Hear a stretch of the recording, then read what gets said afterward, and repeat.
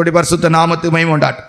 நம்முடைய தியானத்துக்குரியதான வேத பகுதி ஏசாயாவுடைய புஸ்தகம் 46 அதிகாரம் 13வது வசனம், சங்கீதங்களின் புஸ்தகம் 70:5, சங்கீதம் 40:17. இந்த 3 வசனங்களை வாசித்து இன்றைக்கு ஒரு தலைப்பு எடுத்து பிரசங்கிக்க போகிறோம்.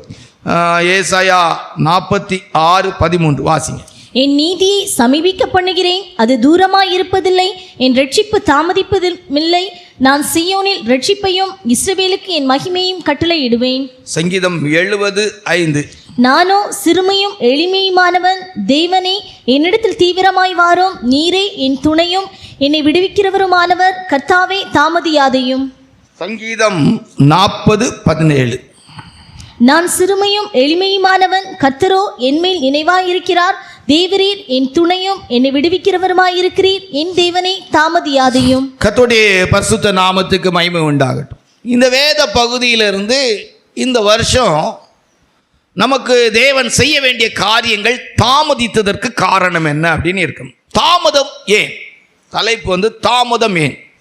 நம்ம வாசித்த வேத பகுதிகளிலிருந்து நம்ம அறிந்து கொள்ளுகிற விஷயம் என்னன்னு சொன்னால், அந்த ஏசாயாவுடைய புஸ்தகம் 46 அதிகாரம் 13வது வசனத்தை வாசிக்கும் போது, என்னுடைய ரட்சிப்பு தாமதிப்பதில்லை.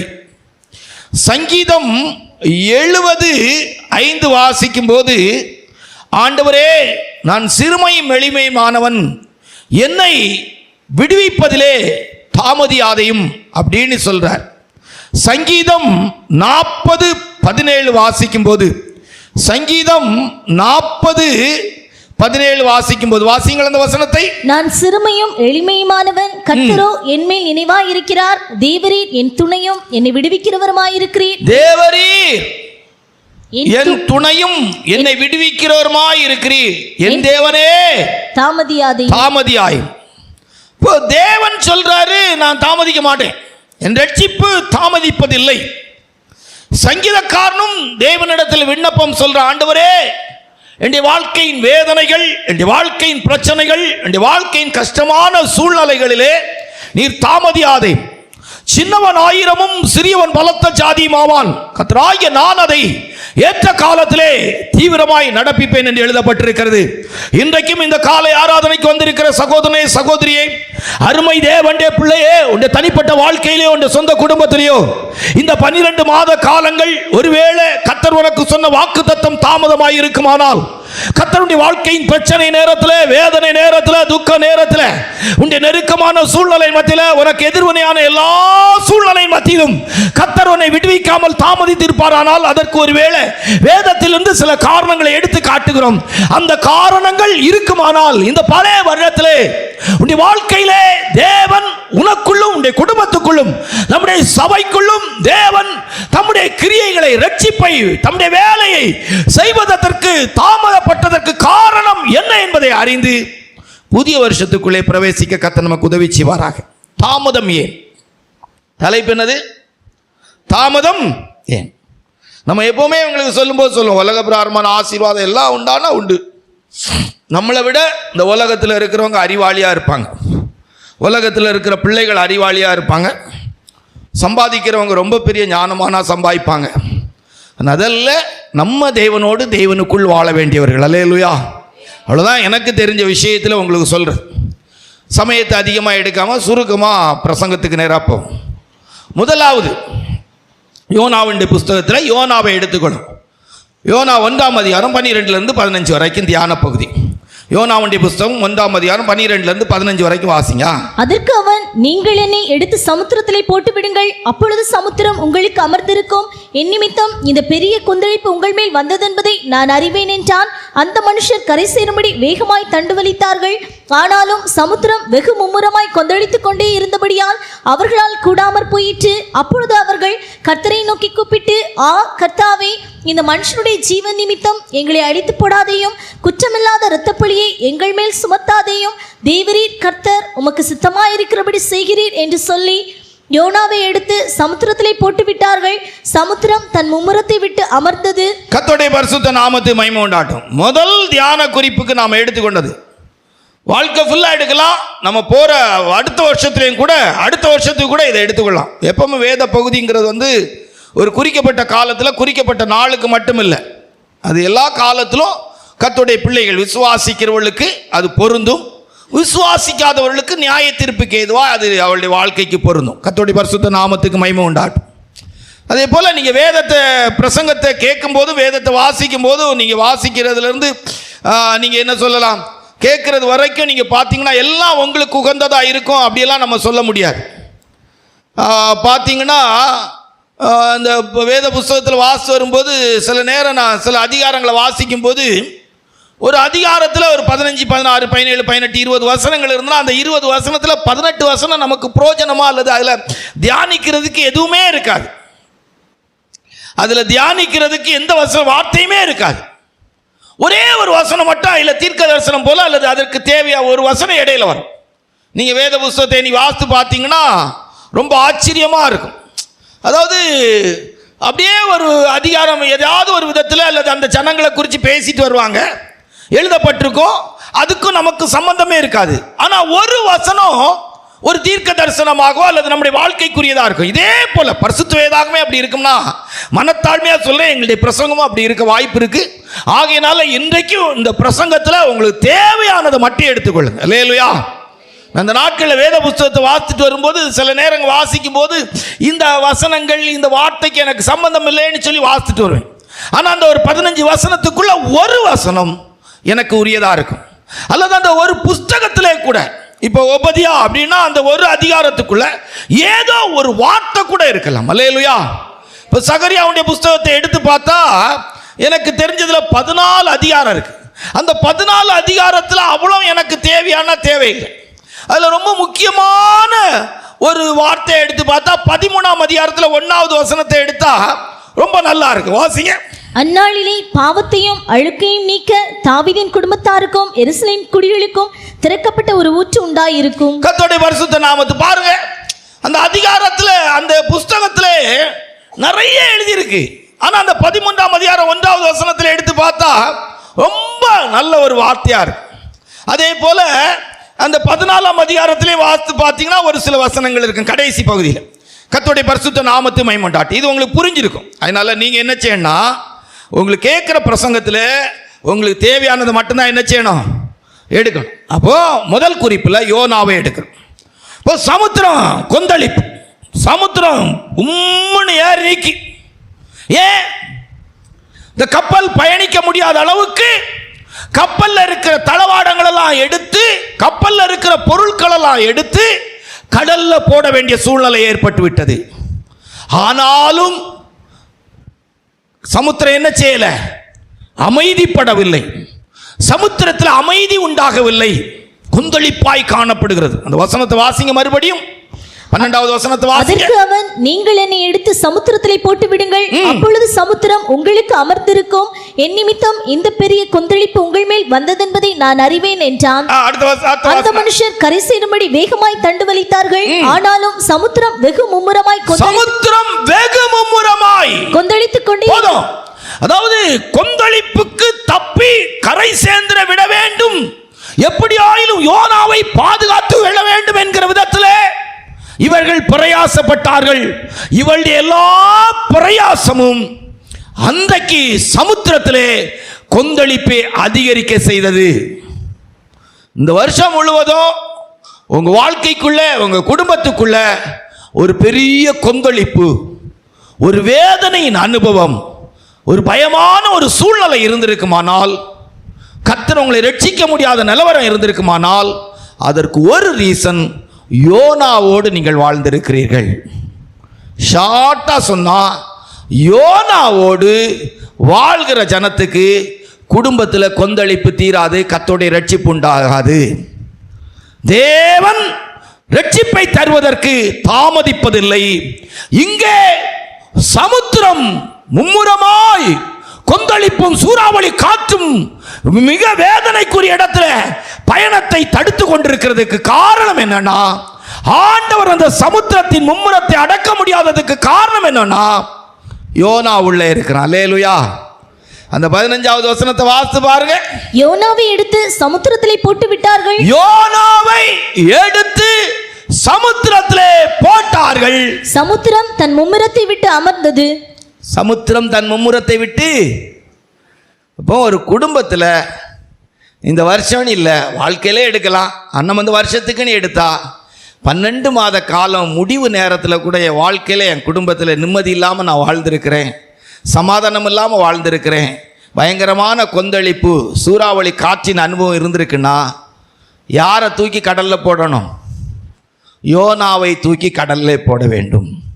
தெய்வ சித்தத்துக்கு மாறாக பயணிக்கிற ஒரு மனிதன் நம்முடைய வாழ்க்கைக்குள்ளே இருக்கக்கூடாது. அல்லேலூயா. ரொம்ப முக்கியமான விஷயம். வருஷ கடைசியில் வந்திருக்கிறீங்க.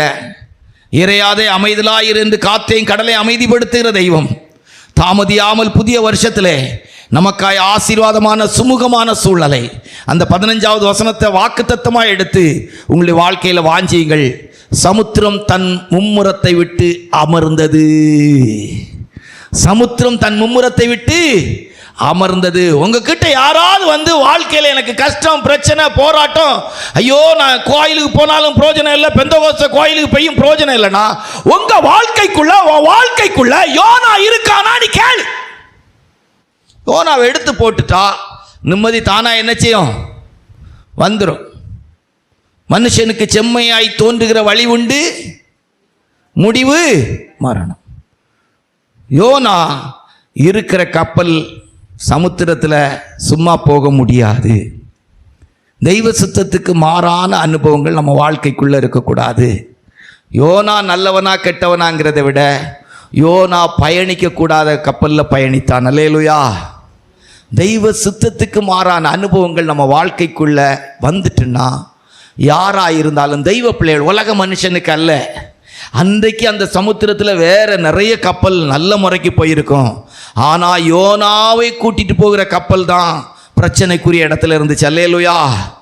ஆமாம், உலகத்தில் எல்லாரும் உலக பிராரமான சமாதானத்தை அனுபவிக்கலாம். நீ கர்த்தருடைய பிள்ளையாக இருந்தா, நீங்கள் கர்த்தருடைய பிள்ளைகளாக இருந்தா, நீங்கள் தேவனால் அழைக்கப்பட்ட தேவனுடைய பிள்ளைகளாக இருப்பீங்களானா உங்கள் வாழ்க்கைக்குள்ள இந்த வருஷ கடைசியில் ஆராய்ந்து பாருங்க. யோனா என்கிற ஒரு மனுஷனின் தன்மை எனக்குள்ள இருக்குதான்னு பாருங்க. வருஷத்தை முடிக்க போகிறோம். நமக்குள்ள இருக்கிற யோனாவை தூக்கி சமுத்திரத்தில் போட்டா ஆண்டவருடைய கிருபையினால நம்ம கப்பல் சுமூகமாக, நம்முடைய கப்பல் சமாதானத்தோடு, நம்முடைய கப்பல் இளைப்பாறுதலோடு புதிய வருஷத்துக்குள்ள பிரவேசிக்க முடியும். அல்லேலூயா.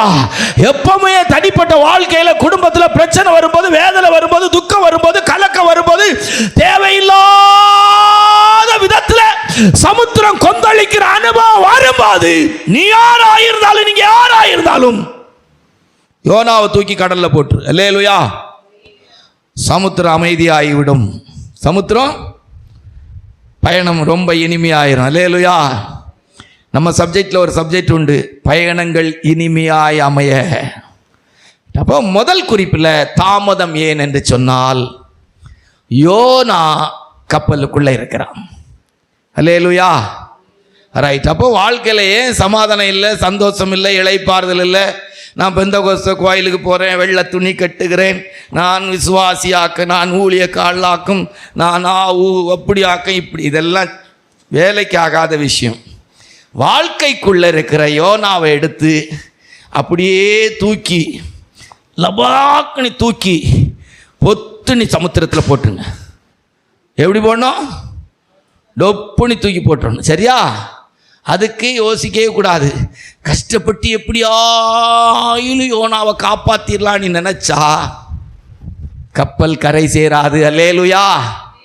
பெந்தகோஸ்துக்காரங்க யாராவது வந்து உங்ககிட்ட புலம்பிட்டு இருந்தாங்கன்னா சொல்லுங்க, யோனாவை போடுங்கள் பிரதர், யோனாவை போடுங்கள் சகோதரி, உங்கள் குடும்பத்தின் பிரச்சனை தீர்ந்துவிடும். அல்லேலூயா.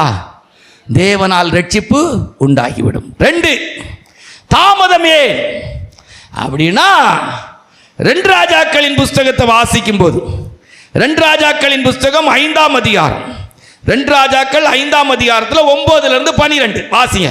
அப்படியே நாகமான் தன் குதிரைகளோடும் தன் ரதத்தோடும் வந்து எலிசாவின் வாசற்படியிலே நின்றான். அப்பொழுது எலிசா அவனிடத்தில் ஆள் அனுப்பி, நீ போய் யோர்தானில் 7 தரம் ஸ்நானம் பண்ணு, அப்பொழுது உன் மாம்சம் மாறி நீ சுத்தமாவா என்று சொல்லச் சொன்னான்.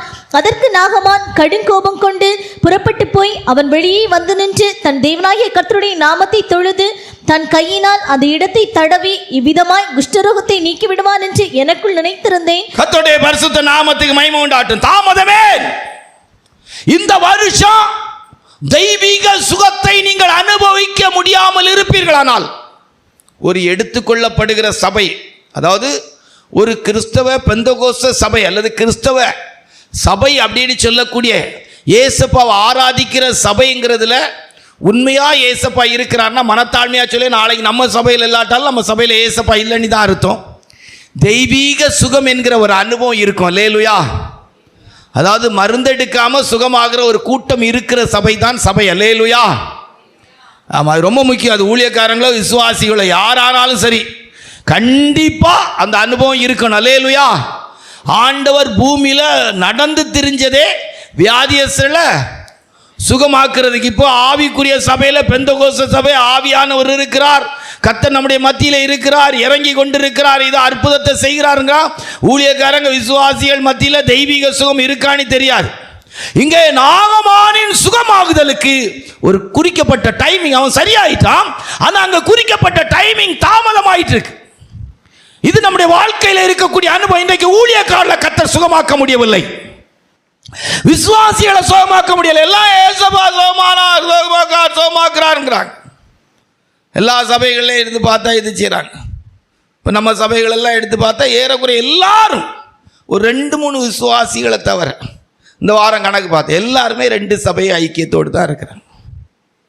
2 சபை ஐக்கியம் உண்மையில் ரெண்டும் ஒரு 2 இல்லைன்னா ஒரு 3 பேர், ஒரு 2 இல்லைன்னா 3 குடும்பம் தான் இருக்கும். இது எல்லாருமே 2 சபை ஐக்கியத்தில் தான் இருக்கிறாங்க.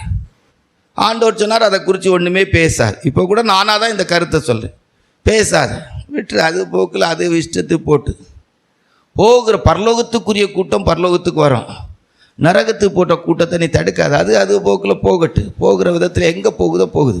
உங்ககிட்ட வா, நீ என்னை போல் வாழும்படி அழைக்கப்பட்டவன், நல்லோர் மேலும் தீயோர் மேலும் நீதியின் சூரியனை உதிக்க பண்ணுறாரு. அது மாதிரி நீ என்னை போல இருந்துரு.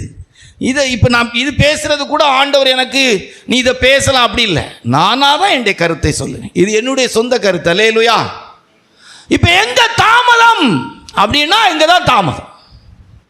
எங்க தாமதம் அப்படின்னா அவனுக்கு சொல்லியாச்சு, நீ யோர்தான்ல போய் மூழ்கு, 7 நேரம் மூழ்கு, 7 நேரம் மூழ்கு, அவ்வளோதான். போய் நம்மளை மாதிரி தலையில் கை வச்சு ஜெபம் பண்ணி அந்த ஏற்பாடே இல்லை. அவன் பார்க்கவே இல்லை. நாகமானுக்கு முகத்தையே எலிசா பார்க்க விரும்பல. ஐயா, நாகமான் வந்திருக்கிறான், அவ்வளவுதான். சீரிய தேசத்து படைத்தலைவன் வந்திருக்கிறான், அவனை யோர்தான்ல போய் 7 தரம் மூழ்கு. அல்லேலூயா. அவ்வளவுதான். போய் மூழ்கி இருந்தா உடனே சுகம் கிடைச்சிருக்கான். அல்லேலூயா. அவன் அவர் வரணும் தடவணும் அப்படியெல்லாம் நினச்சிக்கிட்டு இருந்தான். நடக்க தாமதம் ஆகிக்கிட்டே இருக்கான். அல்லேலூயா. ஆமாம், ஊழியக்காரங்களும் விசுவாசிகளும் இன்றைக்கி தெய்வீக சுகத்தை அனுபவிக்கிற ஏசு சுகமாக்குறான்னு பிரசங்கிக்க அவ்வளோ ஊழியக்காரனுக்கு முடியும். எல்லாம் சக்கரத்துக்காக விடுதலை பெருவிழா, சுகமாக்குற பெருவிழா எல்லாம் நடத்த தெரியும். பேரின்ப பெருவிழா, இதோ கர்த்தர் நம்முடைய மத்தியிலே வந்திருக்கிறார், உடைய வியாதியிலிருந்து விட எல்லாம் என்ன போல உள்ள ஊழியக்காரன் வானறைய பேசுகிறான். அவ்வளோ சம்பாதிக்கிறதுக்கு, உண்மையாக ஓப்பனாக சொல்கிறேன், அவ்வளோ சம்பாதிக்கிறதுக்கு என்ன போல உள்ள ஊழியக்காரங்க எல்லாருக்குமே தெரிஞ்சிட்டு இந்த ஊழியத்தை விட பிழைப்புக்கு வேறு எதுவுமே கிடையாது. நல்ல மரியாதையோடு பிழைக்கிறது மாதிரிப்பட்ட ஒரு பிழைப்பாக எங்களுடைய ஊழியத்தை நாங்கள் மாற்றி வச்சுருக்கோம். உண்மையாக சுகமாகுதா, அவருக்கு சுகம் கிடைக்குதா இல்லை, எல்லா ஊழியக்காரில் விசாரித்தாலும் சுகர் இருக்குது, ப்ரெஷர் இருக்குது, அது இருக்குது, இந்த வியாதி இருக்குது, இந்த வியாதி இருக்குது அப்படின்னு சொல்லிகிட்டு இருப்பாங்க. மருந்து எடுக்கிறீங்களா, மாத்திரை எடுக்கிறீங்களா, ஒன்று போய் சொல்லுவான், இல்லைன்னா அப்படிம்பான். விசுவாசம் நம்பிக்கை எல்லாம் பேசுவான். ஆண்டவரை சுகமாக்குறதுக்கெல்லாம் நம்பிக்கை கிடையாது. ஏசப்பா சுகமாக்குவாருங்கிற நம்பிக்கை கிடையாது. எல்லாம் விசுவாசம் நம்பிக்கை சொல்லுவான். கடன் வாங்கினா கடன் வாங்க போயிடுவான், மருந்து வாங்கினா மருந்து வாங்க போயிடுவான், எல்லாத்துக்குமே போயிடுவான். சும்மா காட்டி ஏசுவை விசுவாசிங்கள், ஏசுவை நம்புங்கள்பான். இது எனக்கு எப்படி சொல்லன்னு தெரியல. இங்கே அவன் சொன்ன அடுத்தது, என் தேசத்து அப்னாவும் பர்பாரும் மேன்மையானது. தாமதம் என்ன? தாமதம் ஏன்? தெய்வீக சுகத்தை அனுபவிப்பதற்கு தாமதம் என்ன? ஒரு தெய்வ ஊழியக்காரர் சொன்னார், என் பிள்ளைக்கு நான் மருந்து எடுக்காமல் 5 நாள் வச்சு என் பிள்ளைக்கு கஷ்டமாகி ரொம்ப சீரியஸ் ஆயிட்டு ஆஸ்பத்திரி கொண்டு போனா டாக்டர் என்ன திட்டுறாரு, இப்படி இருந்திருக்கிறீங்களேன்னு சொல்லி. நான் 5 நாள் காத்திருந்தனே, சுகம் கிடைச்சிருக்கலாமே. அல்லேலூயா. 18 வருஷம் பெரும்பாடுங்க, 18 வருஷம் 12 வருஷம் பெரும்பாடு, 18 வருஷம் கூனி, 18 வருஷம் கூனி அவ வந்து ஜபாலயத்துக்கு வந்துகிட்டே இருந்திருக்கா. 12 வருஷம் பெரும்பாடு உள்ளவளாவது தன்னுடைய ஆஸ்தியை வித்து செலவழிச்சிட்டு கடைசியா வந்தான். ஆலயத்து வந்துகிட்டே இருந்தாங்க. 38 வருஷம் வியாதியஸ்தன், அவனு ஆள் கிடையாதுங்க. நேராக பெதஸ்தா குளத்துட்டு எண்ணெய் கொண்டு போட்டாங்க, அங்கேயே தான் கிடக்கும். லாசர் சிநேகிதன் வியாதியா இருக்கான்னு சொன்ன பிற்பாடு ஆண்டவர் போகல, அங்கே இருந்துட்டார். செத்து 2 நாள் கழிச்சு போய் சுகமாக்கினார். அல்லேலூயா. ரொம்ப முக்கியமான விஷயம், தாமதமே இன்னைக்கு தெய்வீக சுகத்தை அனுபவிக்க முடியல. எல்லா விசுவாசிகளும் எல்லா ஊழியக்காரர்களும் ஒரு 4 நாள் 5 நாள் காத்திருக்கிறாங்க. எல்லாருக்கும் ஆசை தான், வெட்டாம கிழிக்காம குத்தாம பறக்காம சுகம் கிடைச்சிடாதான்னு சொல்லி. பைத்தியாரத்தனமான ஒரு கீழ்ப்படிதலுக்கு ஏதுவாய் அன்றைக்கு எலிசா ஒரு வார்த்தையை சொன்னார். அல்லேலூயா. யோர்தான்ல போய் 7 நேரம் முங்குப்பா. அவன் அழகா கேட்டான், அவன் அறிவை வச்சு அவனுக்கு தெரிஞ்சிருக்கிற அனுபவத்தை வச்சு சொன்னான், ஏன் தேசத்தில் இருக்கிற அப்னா பர்பார் என்கிற நதியை விடையா யோர்தான் மேன்மையானது? யோர்தான் தண்ணி ஒண்ணுதாயா, தண்ணி சுகமாக்காது. உன்னுடைய கீழ்ப்படிதல் உனக்கு சுகத்தை கொண்டு வரும். உன்னுடைய கீழ்ப்படிதல் உனக்கு சுகத்தை கொண்டு வரும். என் கற்பனையை கவனித்தாயானால் நலமாயிருக்கும். மனுஷன் அப்பத்தினால் மாத்திரமல்ல, என்னுடைய வாயிலிருந்து புறப்படுகிற ஒவ்வொரு வார்த்தையினாலும் பிழைப்பார். கர்த்தருக்கு காத்திருக்கள் வெட்கப்பட்டு போவதில்லை, அவரை நோக்கி பார்த்த முகங்கள் பிரகாசம் அடைந்தன. அல்லேலூயா. நீ எந்த அளவுக்கு தேவனுடைய வார்த்தைக்கு கீழ்ப்படியா ஊழியக்காரனோ விசுவாசியோ, அதுவும் உலகத்தானுக்கு கர்த்தர் சுகத்தை கொடுத்தாலும் ஒரு ஊழியனுக்கு விசுவாசிக்கு சுகத்தை கொடுப்பதற்கு கன்ஃபார்ம் அவனுக்கு கீழ்ப்படிதல் தேவை. அல்லேலூயா. கீழ்ப்படியாத ஊழியனுக்கு விசுவாசிக்கும் ஆண்டவர் சுகத்தை கொடுக்க மாட்டார். அதனால வியாதி சுகமாகலாம் கீழ்ப்படிதல் இல்லைங்கிறது அல்ல அர்த்தம். கர்த்தரை சார்ந்திருக்கணும். சில நேரம் சில வியாதிகள் சோதனையை அனுமதிக்கப்படுகிறது, சில நேரம் சில வியாதிகள் நமக்கு பாடுகளாய் அனுமதிக்கப்படுகிறது, சில நேரம் சில வியாதிகள் நம்முடைய லைஃப்பில் மகிமையில் பிரவேசிப்பதற்கு ஏதுவாய் கூட அனுமதிக்கப்படுகிறது. ஆனால் நிறைய வியாதிகள் கர்த்தர் நம்முடைய வாழ்க்கையில் சுகமாகுதலுக்கு ஏதுவாய் நாம் சந்திக்கிற வியாதிகளை அனுமதிக்கிறார். அல்லேலூயா. அந்த வியாதிகள் எல்லாம் ஆண்டவருக்கு நாம் கீழ்ப்படியும் போது, தேவன் நமக்கு சொல்ற விதத்தில் நம்ம ஒப்பு கொடுக்கும் போது, தேவன் நமக்கு சொல்ற விதத்தில் நம்மை தாழ்த்தி கொள்ளும் போது, தேவன் நமக்கு சொல்ற விதத்தில் நம்முடைய வாழ்க்கையிலே நம்மை அர்ப்பணிக்கும் போது அங்கே ஒரு சுகமாகுதல் உண்டாகிறது. அல்லேலூயா. தெய்வீக சுகத்தின் தாமதம் எதனால் என்று சொன்னால், இந்த நாகமாண்டிய வாழ்க்கையில் இருந்து அறிந்து கொள்கிறது, அவனுக்கு சரியான ஒரு கீழ்ப்படிதலின் அனுபவம் இல்லை. அவனுடைய வேலைக்காரங்க வந்து அவனுக்கு சொன்னாங்க, ஐயா உங்ககிட்ட பெரிய வேலையை செய்ய சொல்லலையே, நீங்க ஒரு பெரிய மலையை உடைச்சி நீங்க அதை தரமட்டமாக்குங்கன்னு சொல்லலையே, நீங்க பெரிய வேலை செய்யறதுக்கு ஒரு வேலையும் செய்யலையே. ஒரு தீர்க்கதரிசி ஒரு 7 நேரம் யோர்தானிலே மூழ்குகள் என்று தானே சொன்னார், கொஞ்சம் மூழ்கி பாருங்களா என்று சொல்லி எடுத்து சொன்ன போது அவன் தன்னை தாழ்த்தி தன் தேசத்து அப்னாவையும் பர்பாரையும் மறந்து, சரி தேவனுடைய ஊழியக்காரன் சொன்ன வார்த்தையின்படியாக தண்ணிக்குள்ள இறங்கி பார்ப்போம் என்று சொல்லி அவன் தண்ணிக்குள்ள இறங்கி 7 நேரம் மூழ்கி எழுந்திருந்த போது 15ஆம் வசனத்தில் சொல்லப்பட்டிருக்கும், நாகமாண்டிய குஷ்டம் நீங்கி அவனுடைய சரீரம் சிறு பிள்ளையுடைய மாம்சத்தை போல மாறிவிட்டது. இந்த வருஷ கடைசியில் வந்திருக்கிற அருமை சகோதரனே சகோதரி, அருமை கர்த்தருடைய பிள்ளையே, இந்த காலை ஆராதனை நேரத்தில் இதுவரைக்கும் உடைய சரீரத்தில் வியாதியும் பலகீனம் இருக்குமானால் கர்த்தருடைய சமூகத்தில் உட்கார்ந்து கேட்டுப்பார், என்னுடைய வியாதிக்கு காரணம் என்ன, என்னுடைய பிரச்சனைக்கு காரணம் என்ன, இந்த சரீரத்தில் நான் சுகத்தை அனுபவிக்க முடியாததுக்கு காரணம் என்னன்னு சொல்லி கேட்டு, நான் என்ன செய்யணும் ஆண்டவரே, என் வாழ்க்கையில் எதை விட்டு நான் மனம் திரும்பணும், என் வாழ்க்கையில் நான் எப்படி கீழ்ப்படியணும்னு கேட்டு, இந்த வருஷ கடைசி ஆயிலும் உன்னுடைய வாழ்க்கையை உன்னை தாழ்த்தி, வேதம் சொல்லுகிறது போல என் நாமம் தரிப்பிக்கப்பட்ட ஜனங்கள் தங்களை தாழ்த்தி என் முகத்தை தேடி தங்கள் பொல்லாத வழிகளை விட்டு திரும்பி ஜெபம் பண்ணுவார்களானால் பரலோகத்தில் இருக்க நான் கேட்டு அவர்கள் தேசத்துக்கு சேமத்தை கட்டளையிடுவேன் என்று சொன்னது போல இந்த ஆராதனை நேரத்தில் இந்த வருஷ கடைசியில உன் வாழ்க்கையில கர்த்தர் உனக்கு கொடுக்கிற வார்த்தை, நான் உன்னை சுகமாக்காமல் இருப்பதற்கு காரணம், தாமதத்துக்கு காரணம் உன் கீழ்ப்படியாமா என்பதை ஆராய்ந்து பார். உன் கீழ்ப்படிதல் இல்லாத அனுபவம் காரணமா என்பதை ஆராய்ந்து பாருங்கள். அல்லேலூயா. நிறைய பேர் அதை ஆராய்ச்சியே பண்றது இல்லைங்க. வியாதின்னு சொல்றாங்களே தவிர கீழ்ப்படியைக்கு இது இல்லை. என்ன பார்த்து விசுவாசிகளே சொல்லியிருக்கிறாங்க, வியாதி நேரத்தில் உங்கள் பாவம் காரணமாக இருக்குமோ என்ன பார்த்து கேட்டிருக்காங்க, என்ன பார்த்து சொல்லியிருக்கிறாங்க. இது நான் வருத்தத்தில் சொல்கிறேன்னு நினைக்கிறீங்க? நல்ல விஷயம். அல்லேலூயா. தெரிஞ்ச விஷயத்தை மறுபடியும் நமக்கு சொல்கிறாங்க. ரட்சிக்கப்பட்ட ஆரம்ப காலத்தில் வந்து எங்களுக்கு அப்படி தான் சொல்லி வளர்த்தாங்க. வியாதி வரும்போது நம்ம ஆராய்ந்து பார்க்கணும், எந்த விதத்தை எதனால வியாதி வந்திருக்கு, ஆண்டவர்கிட்ட நான் என்ன சொல்லணும், ஆண்டவருக்கு எந்த விதத்தில் நான் கீழ்ப்படியணும்னு நான் கேட்டு, ஆண்டவரே நான் கீழ்ப்படியணும்னு நான் ஒப்பு கொடுத்தா கண்டிப்பாக என் வியாதி சுகமாகுங்கிறது எனக்கு கற்றுக் கொடுத்து வளர்த்தாங்க. அதை தான் என்னை பார்த்து விசுவாசி கேட்டாங்க. அல்லேலூயா. நான் அந்த விசுவாசியை பார்த்து அந்த விசுவாசிகளை பார்த்து கேட்டுற முடியுமா? அல்லேலூயா. கீழ்ப்படிதல். தாமதமே சுகத்தை பெற்றுக்கொள்வதற்கு தடையாயிருக்கிற தாமதமே. தேவன் ஏன் தாமதிக்கிறார்? நம்முடைய வாழ்க்கையில் கீழ்ப்படிய முடியலை, நம்முடைய சுயத்தை விட முடியலை. நாகமாண்டிய வாழ்க்கையில் அவனுடைய சுகமாகுதலுக்கு தாமதம் கொஞ்ச நேரம் தான். ஆனால் இன்றைக்கு நிறைய பேருக்கு வருஷ கணக்காக சுகம் கிடைக்கல. நிறைய எண்ணி முடியாத ஊழியக்கார வியாதியோடு இருக்கிறான். சுகர், பிரஷர், கண்ட வியாதி. இன்னைக்கு இருக்கிறதுல ஊழியக்காரனுக்கு தான் பொல்லாத வியாதிகள். ஏன்னா இருக்கிற கொலப்படி உண்மையா சொன்னா ஊழியக்காரங்க தான். ஓப்பனா சொல்ல, விசுவாசிகளோட மோசம்னு சொன்னா நாங்க தான். ரொம்ப கவனமா இருக்கணும். விசுவாசிகளுக்கு ஒரு அடினா ஊழியக்காரனுக்கு எத்தனை அடி கிடைக்கும்? குறைஞ்சபட்சம் என் கணக்கில் சொன்னா 5 அடி கிடைக்கும். எத்தனை கிடைக்கும்? 5 அடி கிடைக்கும். அதனால சுகம் ஏன் கிடைக்கல அப்படின்னா நம்முடைய வாழ்க்கையில் கீழ்ப்படியாததுனால் தாமதம். சுகத்துக்கு தாமதம் என்ன அப்படின்னா கீழ்ப்படியலை. ஏதோ ஒரு பெருமை நமக்குள்ளே இருக்குது, அப்படியெல்லாம் நம்மளை ஆராய்ந்து பார்க்கணும். 3, தாமதத்தின் காரணம் என்ன அப்படிங்கிறதுக்கு எடுக்கிற சப்ஜெக்ட். சரியா?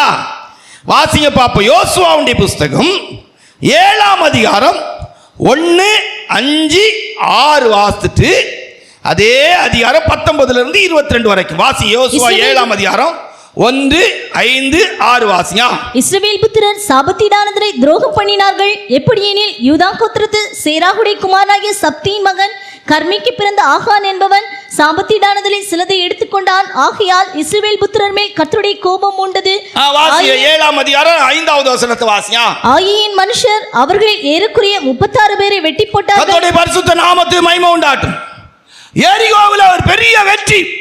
எரிகோவுடைய மதில் சுவர்லாம் ஒண்ணும் இல்லாம தூளா மாறிட்டு. இந்த வருஷத்துல உங்களுடைய வாழ்க்கையில உங்க குடும்பத்துல நிறைய எரிகோவுடைய மதில், நிறைய என்ன ஏதோ ஒரு பெரிய எரிகோவுடைய மதில் விழுந்திருக்கும். ஆனா ஆயி என்பது ஒரு சின்ன பட்டணம். ஆனா அதுக்கு பேர் ஆயினா அழிவு குவியல், அழிவு குழி, அழிவு குழி. இந்த சின்ன ஆயிய இஸ்ரவேலரால ஜெயிக்க முடியல. யுத்தத்துக்கு போறாங்க, 36 பேரை வெட்டி கொன்னுட்டாங்க, வெட்டி போட்டாங்க.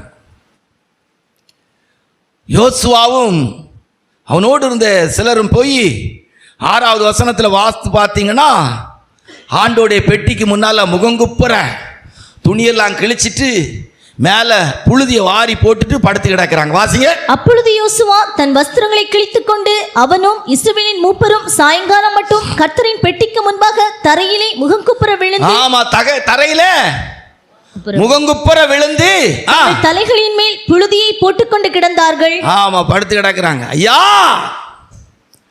இந்த அழிவு குவியலாய் ஆய ஜெயிக்க முடியலையே, நாங்க என்ன செய்ய முடியும் அப்படின்னு இருக்கிறாங்க.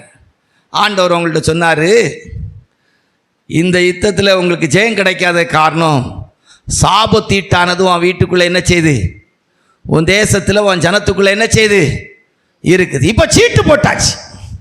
சீட்டு போட்டா ஆள் வெளியே வருது. சீட்டு போட்டா ஆளு வெளியே வருது. வாசிங்க பாப்போம். இப்போ அப்பொழுது 7ஆம் அதிகாரத்துல 19 இருந்து வாசியா. அப்பொழுது யோசுவா ஆகானை நோக்கி, மகனே, நீ இப்பொழுது இஸ்ரவேலின் தேவனாகிய கர்த்தரை மகிமைப்படுத்து, அவருக்கு முன்பாக அறிக்கை பண்ணி நீ செய்ததை எனக்கு சொல்லு, அதை எனக்கு ஒழிக்காதே என்றான். அப்பொழுது ஆகான் யோசுவாவுக்கு பிரதியுத்தரமாக, மெய்யாகவே நான் இஸ்ரவேலின் தேவனாகிய கர்த்தருக்கு விரோதமாக பாவம் செய்தேன், இன்னின்ன பிரகாரமாக செய்தேன். கொள்ளையிலே நேர்த்தியான ஒரு பாபிலோனிய சால்வையையும் 200 வெள்ளிச்சீக்களையும் 50 சீக்கல் நிறையான ஒரு பொன் பாலத்தையும் நான் கண்டு அவைகளை இச்சித்து எடுத்துக்கொண்டேன்.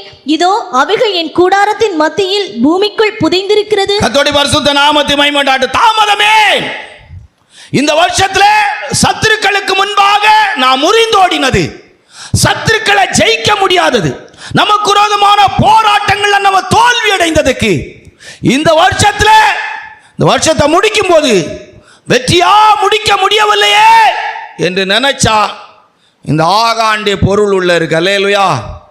ஆகாண்டிய பொருளுங்கிறதோட எரிகோண்டிய பொருள் இஸ்ரவேலருக்குள்ள இருக்குது. நீ நல்ல தெய்வ பிள்ளையா அழைக்கப்பட்டியாக்கும், நல்ல கர்த்தருடைய ஊழியக்காரன் அழைக்கப்பட்டா இந்த உலகத்திலேயும் சரி தேவையில்லாத பொருளோ எதுவும் அவன் வீட்டுக்குள்ளேயே குடும்பத்துக்குள்ளேயே இருக்கக்கூடாது. அல்லேலூயா. அது ரொம்ப முக்கியம். நகை போடுறாங்க போடல, அது எனக்கு தெரியவே தெரியாது. கர்த்தர் ஒன்றை தெய்வீகமான ஒரு அழைப்பில் அழைச்சா கண்டிப்பாக இது இருந்தால் உனக்கு சாபம்தான்.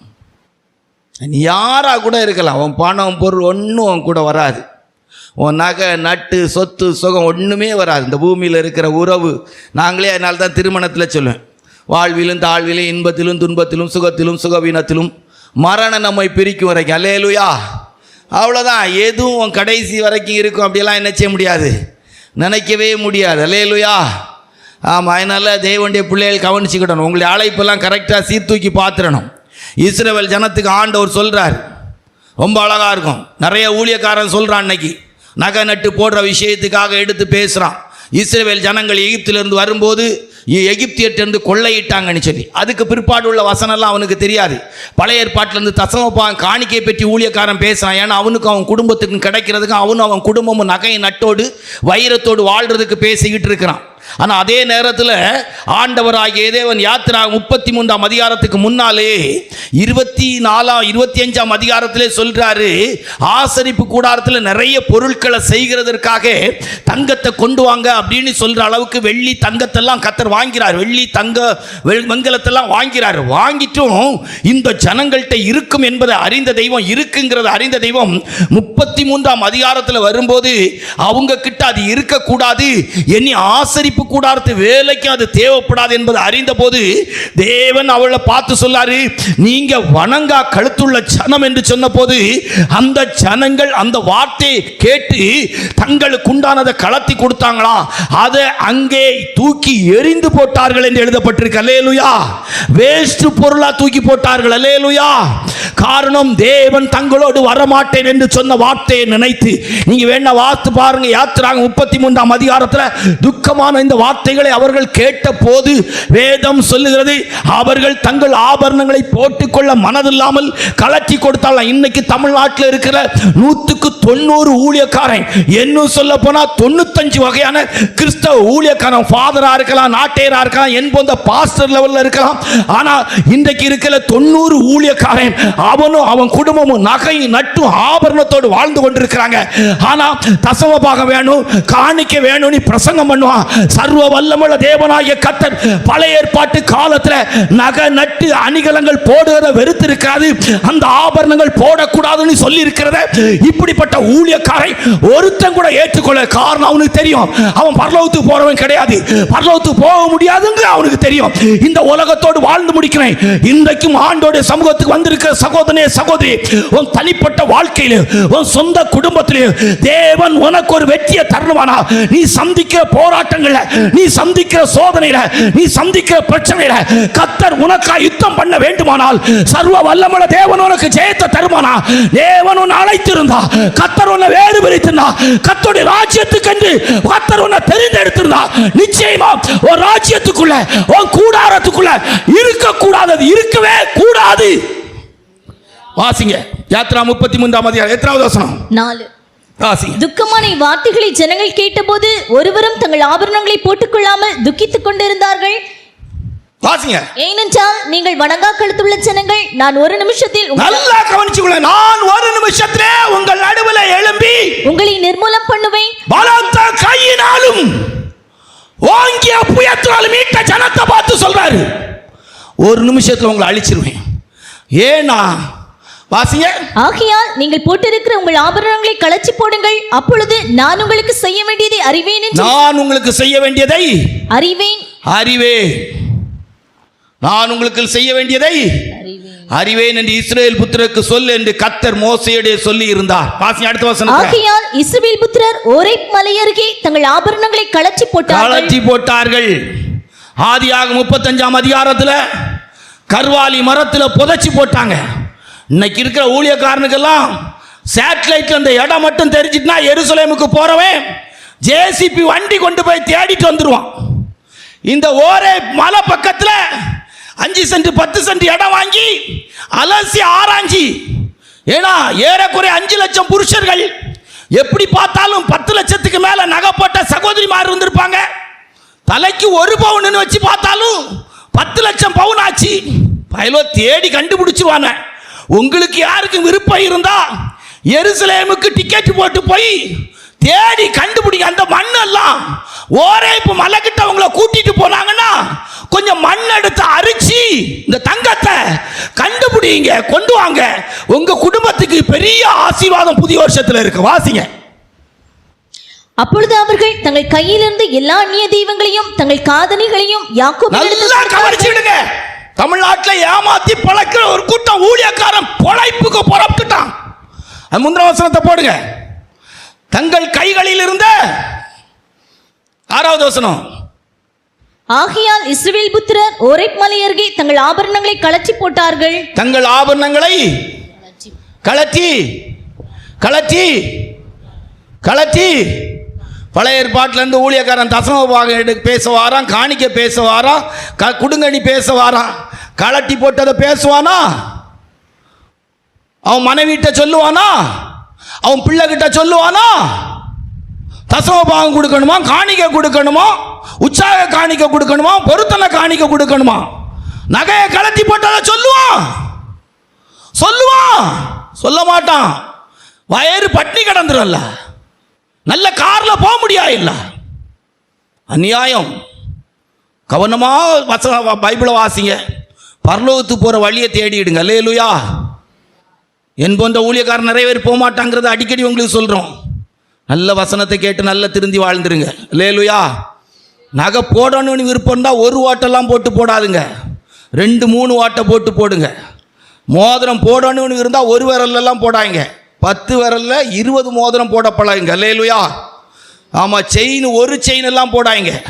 முடிஞ்ச அளவுக்கு 100-200 பவுனுக்கு செயின் போடுங்க. காலுக்கெல்லாம் கொலுசெல்லாம் போடாங்க, தங்கத்தில் கொலுசு போடுங்க.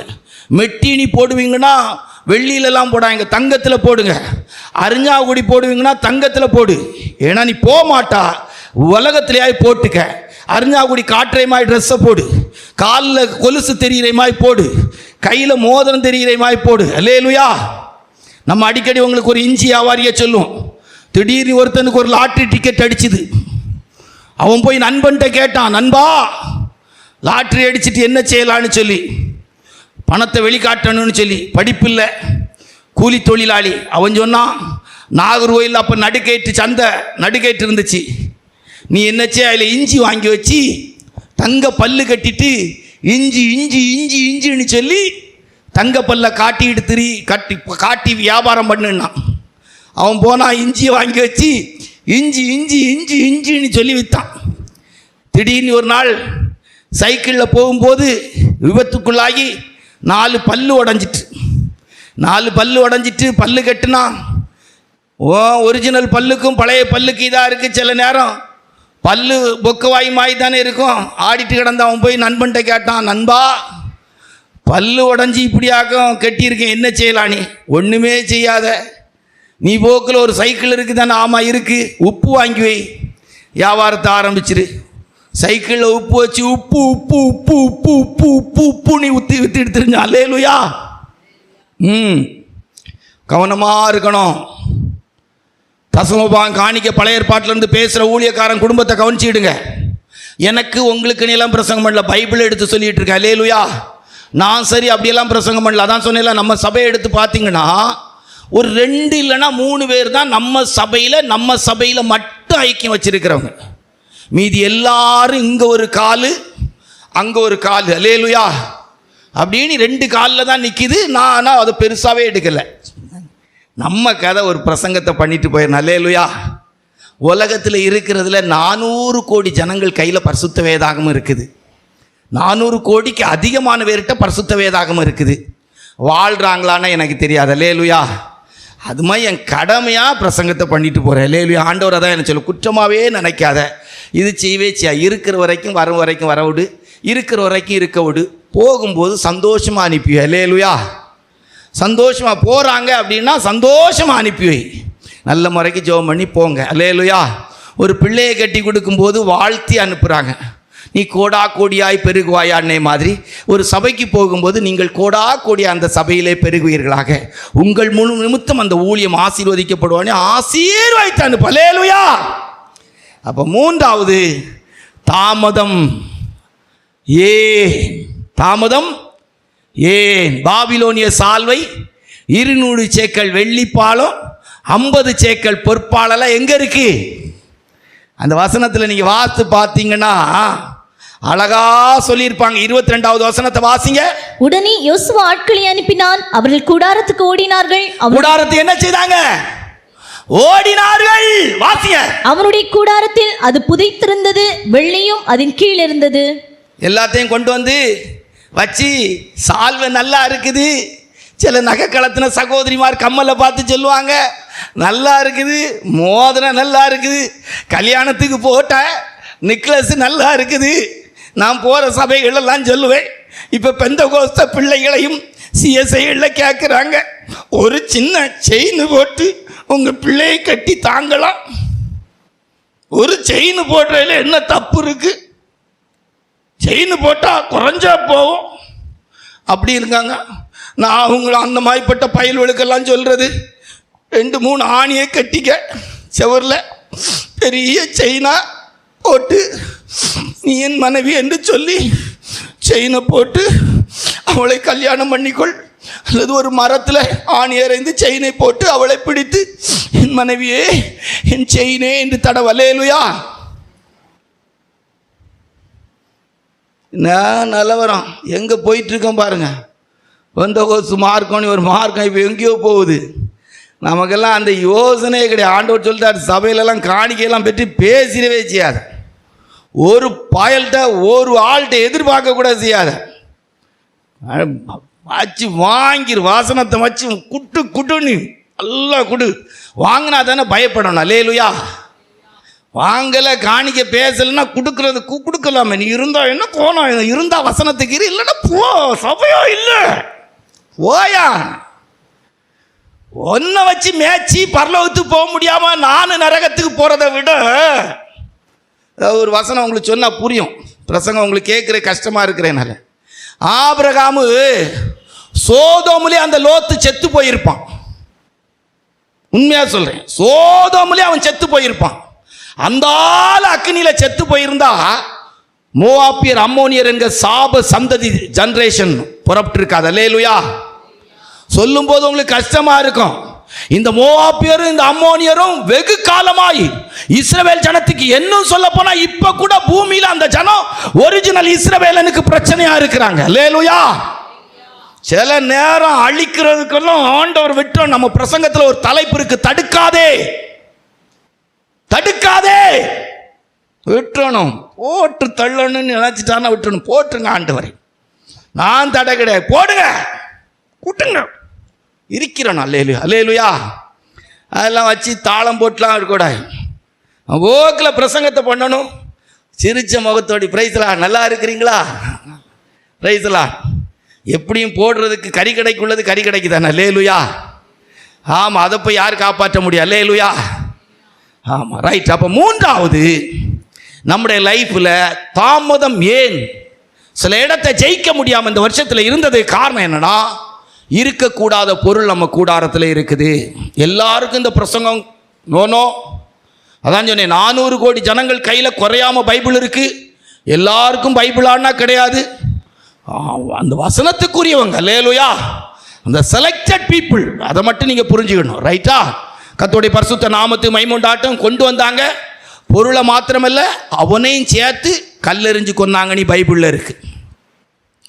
சாபத்தீட்டானதை கொண்டு வந்து அவன் வச்சு பெரிய ஒரு நஷ்டத்தை ஏற்படுத்தினதுனால அவனை மாத்திரமல்ல, அவன் சொந்த குடும்பத்தையும் கல்லெறிஞ்சு கொண்டார்கள் என்று வேதம் சொல்லுகிறது. தாமதம் ஏன்? இந்த வருஷத்தில் சில வெற்றிகள், சில ஆசீர்வாதங்கள், சில சத்துருக்களின் அனுபவங்களை ஜெயிக்க முடியாதது காரணம் சாபத்தீட்டானது நம்ம வாழ்க்கைக்குள்ளே இருக்குதா, நம்ம குடும்பத்துக்குள்ளே இருக்குதா, சபைக்குள்ளே இருக்குதான்னு பார்த்துக்கணும். ரைட்டா? 3 4 சரியா? கர்த்தருடைய பரிசுத்த நாமத்து மகிமை. எண்ணாகமம் 25 1-8 வரைக்கும் வாசிங்க. எண்ணாகமம் 25 1-8 வரைக்கும் வாசிங்க. சீக்கிரம் வாசிங்க. இஸ்ரவேல் சித்தீமிலே தங்கி இருக்கையில் ஜனங்கள் மோவாபின் குமார்த்திகளோட வேசித்தனம் பண்ண தொடங்கினார்கள். அவர்கள் தங்கள் தேவர்கள் தொடங்கினார்கள். ஒன்னாவது வசனத்தை போடுங்க. தொடங்கினார்கள். வாசிங்க. தொடங்கினார்கள். இஸ்ரவேல் சித்தீமிலே தங்கி இருக்கையில் ஜனங்கள் மோவாபின் குமார்த்திகளோட வேசித்தனம் பண்ண தொடங்கினார்கள். புரியுதா? கடந்த குறிப்புல சொல்லும் போது சொன்னேன், அன்றைக்கே ஆபிரகாம் லோத்துக்காவுக்கு விண்ணப்பம் பண்ணாம இருந்திருந்தா அவன் அழிஞ்சிருப்பான். இந்த சந்ததி வந்திருக்காது. நான் சொன்னேன் சரியா தப்பா? சரியா தப்பா? அன்னைக்கு இந்த லோத்து நாள் தானே இந்த மோவாபியர் வந்தாங்க. யாமாவா இல்லையா? எவ்வளவு பெரிய வாத இஸ்ரவேல் ஜனத்துக்குள்ள. சில இடத்துலலாம் பைபிளை நீங்கள் எப்படி வாசிக்கிறீங்க, தேவனை எப்படி அறியறீங்கன்னு எல்லாம் எனக்கு தெரியாது. நினைக்கிற ஊழியக்காரன் வெறும் பிழைப்புக்காக பிரசங்கம் பண்ணிக்கிட்டு தெரியும், ஊழியம் செய்துட்டு இருக்கான்.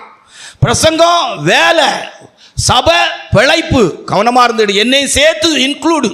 நான் தவறான வாழ்க்கை வாழ்ந்தா எனக்கும் சேர்த்து சொல்லிட்டு இருக்கிறோம். மோவாபின் குமாரத்திகளோட வேசித்தனம் பண்ண தொடங்கினார்கள். தொடக்கம் விட்டுட்டாங்க. இந்த தொடக்கம் போக்குவரத்தா இருந்துச்சு.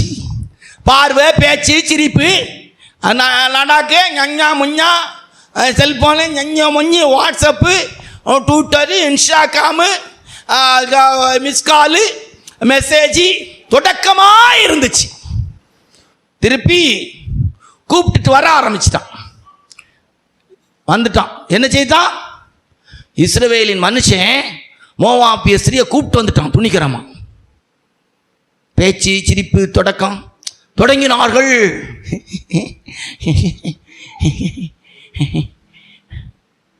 எங்கேயும் டூர் போகிறது, எங்கேயும் டான்ஸ் ஆடுறது, எங்கேயும் நிற்கிறது, எங்கேயும் உட்காருறது, எங்கேயும் உரசிக்கிடுறது, சினிமா பாட்டு போடுறது, கேட்குறது.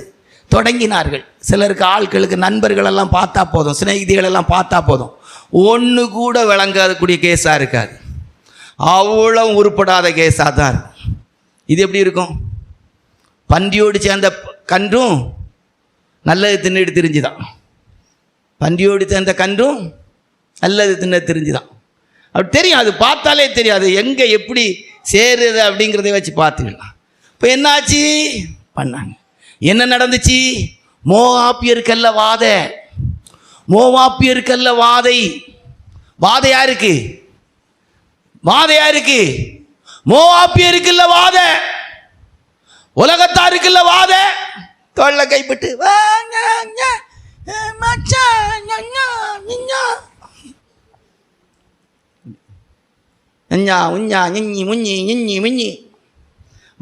அவங்களுக்கு கிடையாது, உனக்கு தான் வாதம். அல்லேலூயா. வாதம் உன் குடும்பத்துக்கு தான் வரும். அல்லேலூயா. தாமதமே. வாதையை நிறுத்துறதுக்கு பிணக்காசு எடுத்தான் ஒரு ஈட்டிய. கஞ்சாடே இருக்கக்கூடாது. அல்லேலூயா. ஆமாம், கஞ்சாடே இருக்கக்கூடாது. போட்டான், போடு, 2 பேரும் போட்டான். அல்லேலூயா. வாதை நிறுத்தப்பட்டது. குடும்பத்தில் தேவையில்லாத வாதைகளின் அனுபவம், சத்துருக்களுடைய பிரச்சனைகள், வாழையடி வாழையாக இருக்குன்னா ஆராய்ந்து பார்க்கணும் யாரை போடணும். அல்லேலூயா. உசியா மரணமடைந்த நாட்களிலே உயரமும் உன்னதமான நிலவரத்தில் ஆண்டவரை பார்க்கக்கூடிய தரிசனம் வந்தது. கண்மூடி பார்க்கக்கூடாது, கண் திறந்து பார்க்கணும். அல்லேலூயா. சிலர் இவ்வளோ பிரசங்கம் கேட்டாலும் கண்மூடி பார்க்கறதுக்கு பார்க்குறாங்க ஆண்டவரை. அல்லேலூயா. ஆமாம். உசியா மரணமடைந்த நாட்களிலே. இப்போ 4வது தாமதம், போடுறதை நிறுத்தக்கூடாது. அல்லேலூயா. இந்த கஞ்சாடையெல்லாம் இருக்கக்கூடாது. ஆமாம். நமக்கெல்லாம் அந்த இதெல்லாம் கிடையாது. நான் நிறைய நேரம் ஆண்டவர்கிட்ட இருக்கேன், சரி அதே போக்கு எப்படியும் இருந்துட்டு போட்டு ஆண்டவரே, அப்படியெல்லாம் நீ சபையை நடத்தக்கூடாது. இந்த ஏலிமாயெல்லாம் சபையை நடத்தக்கூடாது. கொடுக்குறத நல்லா கொடுக்கணும். அல்லேலூயா. இருந்தால் நல்லா இருக்கட்டும், இல்லைன்னா வேற எங்கேயாவது போய் விளங்கிட்டு போட்டு. அல்லேலூயா. இங்கே இருந்தால் இப்படி இருக்கட்டும். அல்லேலூயா. இல்லைன்னா வேற எங்கேயாவது போய் நல்லா விளங்குற கூட்டமாக மாறிட்டு போகிறது. அல்லேலூயா. நம்மையா வச்சு இங்கே கட்சி காலத்தை கழிக்கணும். அல்லேலூயா. வளர்க்க முடியாத வளர்க்குறதும், எடுத்து கொடுக்கக்கூடாத துணிகளை எடுத்து கொடுக்கறதும், பிள்ளைகளை எப்படி வளர்க்கணுமோ அப்படி வளர்க்காத விதத்தில் இருக்கிற போல் நீ சபையை வைக்காத. பெற்றோரை மட்டும் சொல்லுகால, பெற்ற பிள்ளைகளை முறைப்படி வளர்க்கணும்னு சொல்கிறால, முறைப்படி ட்ரெஸ் கொடுக்கணும்னு சொல்லால, பொம்பளை பிள்ளை ட்ரெஸ் எடுத்து கொடுக்கணும்னு சொல்லால. சபையை மட்டும் நீ எப்படி விடலாம்? அவன் சபை வச்சுருக்கான், எப்படி வச்சுருக்கான், அப்படி ஒன்றும் வேண்டாம். எங்கள் சிஸ்டர் சொல்கிறாங்க, சகோதரிமார்கள் சொல்கிறாங்க, ஆத்மாக்கள் குறையிட்டாயினால என்ன இருக்குது? ரட்சித்து கொண்டு வந்த ஜனத்தை அழிச்சாரு, ரட்சித்து கொண்டு வந்த ஜனத்தை ஒப்பு கொடுத்தாரு. ஏசப்பா மரித்து உயிர் தள்ளக்கூடிய நேரம் வெறும் 120 பேர் இருக்கிறான். சிலுவை கிட்ட ஒருத்தன் இல்லை, இந்த மார்க் அழிஞ்சா போயிட்டு இல்லையே. உண்மையான உபதேசம், உண்மையான சத்தியம், உண்மையா பரலோகத்துக்கு ஏற்ற விதத்தில் வசனத்தை பேசினா அதுல என்ன தப்பும் இல்லை. ஆளை கூட்டம் சேர்க்கணும், ஆளு சேரணும், ஒண்ணு வேண்டாம். அங்கே யாரை சேர்த்து என்ன வந்திருக்கு, என்ன நடந்துட்டு? தீர்க்க தரிசனம் சொல்லி வெளிநாட்டுக்கு போயிட்டா தீர்க்க தரிசனம் சொல்லி, கல்யாணம் நடந்துட்டா தீர்க்க தரிசனம் சொல்லி, வீடு இடம் வாங்கிட்டா தீர்க்க தரிசனம் சொல்லி, இது வீடு கட்டிட்டா தீர்க்க தரிசனம் சொல்லி, வேலை கிடைச்சிட்டா பெரிய அனுபவமாக்கும். ஒரு ஆத்மாவை பரலோகத்துக்கு கொண்டு போறதுக்கு தெய்வ சமூகத்தில் இருந்து வளர்த்து பாரு, அப்பா தெரியும். 4வது வேதத்தில் வாசிக்கும் போது 8வது வசனத்தை வாசித்தா, இஸ்ரவேலனாகிய அந்த மனிதன் வேசித்தனம் பண்ணும் அறையிலே அவன் பின்னாலே பாத்தீங்களா தொடங்கினார்கள். இப்ப எங்க வந்துட்டு கூப்பிட்டுட்டு வரக்கூடிய அளவுக்கு ஆயிட்டு, கூப்பிட்டு வரக்கூடிய அளவுக்கு ஆயிட்டு. சக்கடை புக்கடா இந்த வேலையெல்லாம் நமக்கு வேண்டாம். இப்போ வந்தாங்க, எடுத்தான், ஈட்டி எடுத்து போட்டான், வாதை நிறுத்தப்பட்டது. வாசிங்க மறுபடியும் அந்த வசனத்தை. இஸ்ரவேலனாகிய அந்த மனிதன் வேசித்தனம் பண்ணும் அறையிலே அவன் பின்னாலே போய் இஸ்ரவேல் மனிதனும் அந்த ஸ்திரீயுமாகி இருவருடைய வயிற்றிலும் ஈட்டி உருவி போக அவர்களை குத்தி போட்டான். அப்பொழுது இஸ்ரவேல் புத்திரரில் உண்டான வாதை நின்று போயிற்று. ஆமா, பிள்ளைய வளர்க்கும் போது இஷ்டத்துக்கெல்லாம் கண்ட ட்ரெஸ் எடுத்து கொடுத்து, பொம்பளை பிள்ளைக்கு ஆம்பளை பிள்ளை ட்ரெஸ் எடுத்து கொடுத்து, பொம்பளை பிள்ளை ஆம்பளை பிள்ளை மாதிரி முடிவெட்டி, பொம்பளை பிள்ளைக்கு உரியதெல்லாம் இது செய்து, பொம்பளை பிள்ளைக்குள்ள ட்ரெஸ்ஸு போடாமல் நிற்கிற போட்டு, பனியனை போட்டு, பொம்பளை பிள்ளை அருவருப்பாக பனியன் கிளாத்தோடி கூட அப்படி மாடியில் நிற்கிறதும், வீட்டில் நிற்கிறதும், அங்கே போகிறதும் இங்கே போகிறதும், முட்டு வரைக்கும் தெரிகிறதும். நீ ஒரு பாத்திரம் கழுவதுக்கு முட்டு வரைக்கும் தெரியுறமா இல்லையே? உன் வாலிய பிள்ளை, நீ வளர்க்குற பிள்ளை முட்டு வரைக்கும் தெரிகிற மாதிரி ட்ரெஸ்ஸு போடுற. வெக்கமா இல்லை உனக்கு? அருவருப்பா இல்லை? இதை எப்படி ட்ரெஸ்ஸு நீ ஏற்றுக்கிறா? நீ உட்கார்ற இடத்துல முட்டு தெரிஞ்சா தப்புன்னு தானே ஒன்றை பெற்ற தாய் தோப்பை உனக்கு வளர்த்து கொடுத்தாங்க, உனக்கு சொல்லி கொடுத்தாங்க. ஆனால் நீ வளர்க்குற உன் வாலிய பிள்ளையெல்லாம் முட்டு வரைக்கும் தெரிகிற மாதிரி ட்ரெஸ்ஸு போட்டிருக்க, அது அருவருப்பு இல்லை? தொட தெரிகிற அளவுக்கு லூஸாக போட்டிருக்க, அது அருவருப்பு இல்லை? என்ன நிர்வாணம் தெரிகிற விதத்துக்கு வஸ்திரம் உடுக்கக்கூடாதுன்னு சொல்லி வச்சிருக்கு பைபிளில். உலகம் எப்படியும் உடுத்துட்டு போட்டு, உலகத்தான் எப்படியும் பிள்ளைகளை வளர்த்துட்டு போட்டு, உன் பிள்ளைய வளர்க்குறதுக்கு உனக்கு பைபிளில் பிரமாணம் எழுதி வச்சிருக்குல்ல? உன் பிள்ளைக்கு எடுத்து கொடுக்க வேண்டிய ட்ரெஸ்ஸை குறித்து எழுதி வச்சிருக்குல்ல? நீ வளர்த்தினா திருப்பி என்ன வாதம் வராம வேற என்ன வரும்? வாதம் தான் உனக்கும் உன் குடும்பத்துக்கு வரும். நிறுத்தணும், இன்னைக்கு தீர்மானம் எடுக்கணும். அல்லேலூயா. ஏண்டா உடுத்தா இப்படி தான் உடுப்பேன். எவ்வளோ சொன்னாலும் லெக்கின்ஸை போடுறதை நிறுத்துறது கிடையாது, கிழிச்சி போடுறதை நிறுத்தவே கிடையாது, சுண்டில் லிப்ஸ்டிக் போடுறதை நிறுத்தவே கிடையாது, அலங்காரத்தை விடுறது கிடையாது. வேசித்தனத்தின் ஆவியோடு சித்திட்டு தெரியுது. முடியை இப்படி இழுத்து போட்டு, கண்ணில் மைய போட்டது, இங்கே போட்டது, குருவத்தில் அடிச்சிருது. விளங்காத கூட்டங்களா ட்ரெஸ்ஸையும் மண்ணிக்கிட்டு அப்படியே தெரிகிறதால பார்த்தா எடுத்து கொடுக்கணும் போல இருக்குது. அன்னைக்குள்ள புனக்காஸ் மாதிரிலாம் இருந்தால் இழுத்துற வேண்டியதான் வச்சு. கண்ணு மையம் தேவைப்படுது. உனக்கு எதுக்கு பைபிள் வச்சுட்டு வெளியே போய் வாழலாம்? வாழ்கிற ஒரு வாழ்க்கையை சரியாக வாழ முடியா பைபிள் எடு, இல்லைன்னா வச்சுட்டு போயிடும். யார் கேட்டா? கை இங்கேருந்தே ஏறி இங்கே வரைக்கும் வந்துட்டு எல்லாருக்கும் கை இங்கே தான் இருக்குது. சில ஸ்கூலில் கை ஃபுல்லாக போட்டு வர சொல்கிறாங்க, சில இது சூப்பர் மார்க்கெட்டில் கையை நல்லா நீளமாக போட சொல்கிறாங்க. இந்த பெந்தகோஸ்தே மார்க்கெட்டில் மட்டும் மேலே ஏறிட்டே இருக்குது.